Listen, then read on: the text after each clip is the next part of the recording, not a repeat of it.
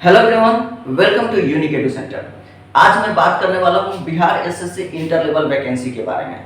देखिए, अभी भी डॉक्यूमेंट्स को लेकर बहुत से छात्रों में थोड़ा सा कंफ्यूजन है और उसको लेकर थोड़ा बहुत टेंस टाइप हो रहे हैं। बहुत से कॉल हमको भी आया कि आखिर कौन कौन सा डॉक्यूमेंट बनवाए और कौन कौन सा नहीं बनाए, किसका ज़रूरत है किसका ज़रूरत नहीं है, अभी ही मतलब फॉर्म भरने से पहले ही चाहिए या बाद में भी बनवा सकते हैं। अभी भी है ऐसा वैकेंसी जो कि पहले भी हम आपके इसके पहले वाला जो वीडियो है इसमें हम बताए थे कि जितने भी डॉक्यूमेंट्स है आप अपने फॉर्म भरने के पहले ही आप उसको रेडी कर लीजिए।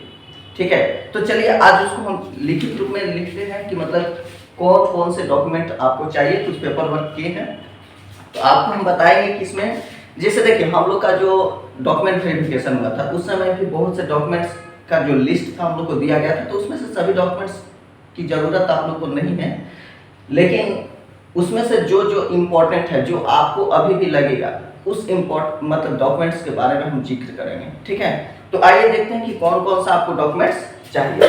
तो हम बात करने वाले हैं आपको बीएसएससी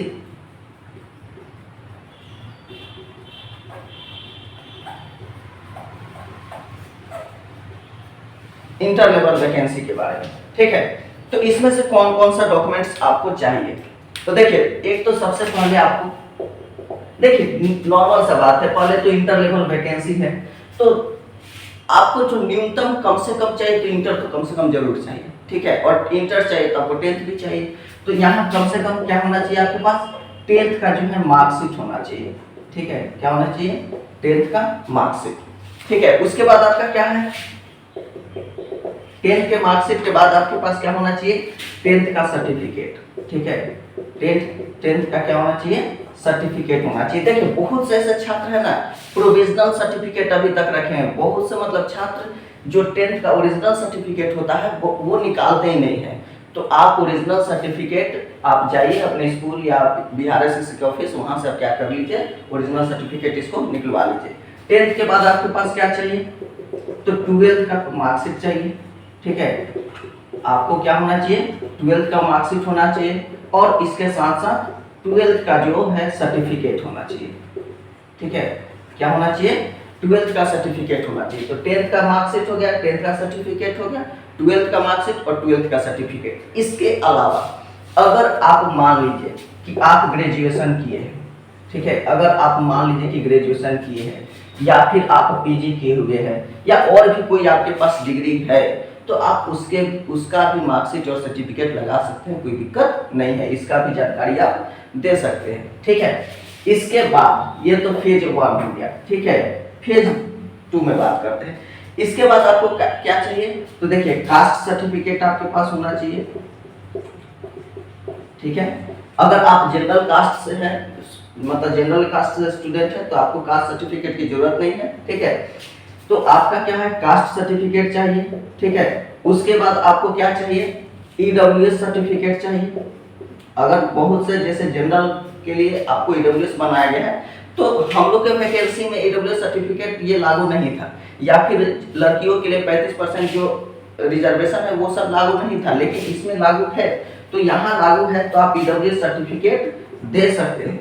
ठीक है, ये क्या कीजिएगा, यहाँ ईडब्ल्यूएस सर्टिफिकेट आपको चाहिए। ठीक है, उसके बाद थर्ड में आपको क्या है, क्रीमी लेयर सर्टिफिकेट। ठीक है, अगर आप क्रीमी लेयर में आते हैं तो आप क्रीमी लेयर सर्टिफिकेट दीजिएगा। ठीक है, तो ये चीज क्या है आपका लग जाएगा। चौथा क्या है, डिजेबिलिटी। ठीक है, डिजेबिलिटी सर्टिफिकेट। तो ये देखिए हो सकता है कि शायद यहाँ लाइट आ रहा हो आपको दिखे ना। ठीक है, तो ये चीज आपको डिस्क्रिप्शन में भी लिख देंगे, वहां से भी आप देख सकते हैं, टोटल आपको मिल जाएगा, या फिर आप हमको मैसेज कर सकते हैं, वहां से आपको हम क्या करेंगे डायरेक्टली आपको पीडीएफ दे देंगे। ठीक है, तो ये हो गया आपका डिसेबिलिटी सर्टिफिकेट। इसके साथ आप और यहाँ कर सकते हैं, यहाँ देख लीजिए यहाँ से। ठीक है, इसके साथ क्या कर सकते हैं, परमानेंट रेसिडेंशियल सर्टिफिकेट। ठीक है, residential certificate, permanent residential certificate मतलब आवास प्रमाण पत्र, ये भी आप ये देखिए ये सबके लिए लगेगा, ये आप जनरल कास्ट से हो या फिर ओबीसी हो, एससी एसटी हो, कोई दिक्कत नहीं, आइए सबके लिए लगेगा। तो आपके पास क्या होना चाहिए, रेसिडेंशियल सर्टिफिकेट होना चाहिए। यहाँ देखिए जिस पर टिक लगाते हैं वो सभी को चाहिए, ठीक है, ये सभी के लिए जरूरी है, ये सभी के लिए जरूरी है, ये भी सभी के लिए जरूरी है, ये भी सभी के लिए जरूरी है, और ये भी सभी के लिए जरूरी है, ठीक है। इसमें आपके पास जो है, अगर आप कास्ट सर्टिफिकेट है तो आप कास्ट सर्टिफिकेट दीजिए, ईडब्ल्यूएस में आते हैं ईडब्ल्यूएस दीजिए, ठीक है। तो ये चीज आपका हो गया। उसके साथ आपके पास और क्या होना चाहिए, टाइपिंग सर्टिफिकेट, ठीक है, टाइपिंग सर्टिफिकेट। इसके साथ साथ आपके पास होना चाहिए टाइपिंग सर्टिफिकेट। और उसके बाद देखिए एक बहुत जगह आपको मांगा गया है कंप्यूटर का नॉलेज, ठीक है। माफ कीजिएगा लाइट चली गई थी, तो चलिए आइए बात करते हैं। तो अभी बात कर रहे थे कि टाइपिंग सर्टिफिकेट, और उसके बाद ठीक है, जैसे बहुत जगह पोस्ट में आपको लिखा है कि कंप्यूटर के संचालन से संबंधित नॉलेज या फिर एमएस ऑफिस का ज्ञान, ये सब जानकारी आपको है कि उसका सर्टिफिकेट देना है, ठीक है। तो उसके जगह पर आप दे सकते हैं सीसीसी, ठीक है, ट्रिपल सी का जो सर्टिफिकेट आता है, या फिर बिहार सरकार एक आपको चलाता है केवाईपी, ठीक है, केवाईपी कोर्स कराता है। तो ये दोनों सर्टिफिकेट भी आप दे सकते हैं, ठीक है। आप ट्रिपल सी भी दे दीजिए, इसमें भी आपको एमएस ऑफिस पूरा आता है, सिलेबस में आता है, तो ये भी आपका लागू है। और केवाईपी भी आता है, तो आप केवाईपी भी दे सकते हैं, ठीक है। आपको डीसीए या एडीसीए इस बार आपको नहीं मांगा है कि डीसीए होना चाहिए, ठीक है, लेकिन अगर आपके पास है, ठीक है, तो आप इसे लगा दीजिएगा। फायदा ये है क्योंकि देखिए अभी जो ये वैकेंसी है औपबंधित है, ठीक है, ये वैकेंसी बढ़ भी सकती है और घट भी सकती है। अगर कल को अगर कोई ऐसा वैकेंसी आए जिसमें आपसे कहा जाए कि डीसीए का सर्टिफिकेट चाहिए, तो अगर आप नहीं दिए होंगे तब तो आप फंस जाइएगा, ठीक है। तो इसलिए अगर भविष्य में कोई ऐसा, अगर डीसीए आप सर्टिफिकेट लगा देते हैं, तो भविष्य में ऐसा अगर कोई वैकेंसी आती है या इसमें ऐड होती है, मतलब कि उसमें आपको चाहिए डीसीए चाहिए, तो फिर आपको सोचने की कोई बात नहीं, आप ऑलरेडी लगाए हुए हैं, ठीक है।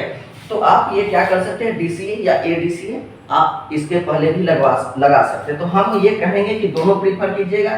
टाइपिंग सर्टिफिकेट तो आप दीजिएगा ही दीजिएगा, ये तो 100% देना है, इसमें से कोई एक एकदम आपको देना ही देना है, मतलब जरूरी नहीं है आपके पास ये है तो इससे भी ये वाला काम हो जाएगा, ठीक है। जरूरी नहीं है कि आपके पास अगर सीसीसी का सर्टिफिकेट नहीं है, केवाईपी का सर्टिफिकेट नहीं है, तो अब हम क्या करें। अगर आपके पास इसका सर्टिफिकेट है, ये दोनों नहीं है, लेकिन अगर ये है तो भी कोई दिक्कत नहीं, आप वहां डीसीए लगा सकते हैं, ठीक है।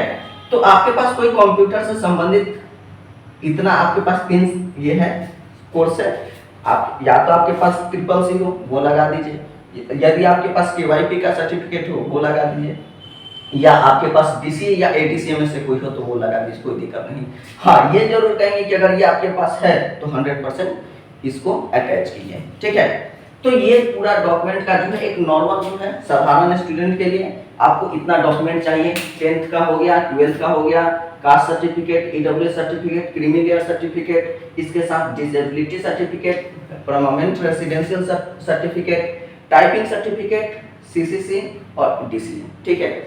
डीसीए का इसमें कोई पोस्ट नहीं है, लेकिन फिर भी मेरे हिसाब से आपको लगा देना चाहिए। अगर भविष्य में कोई ऐसा पोस्ट आता है जिसमें डीसीए की जरूरत हो, तो आपको वहां ये क्या होगा, आप फायदे में रहिएगा, ठीक है। तो अगर आपके पास डीसीए का सर्टिफिकेट है तो आप इसको अटैच कर दीजिएगा, डीसीए हो चाहे एडीसी हो, उससे कोई दिक्कत नहीं है।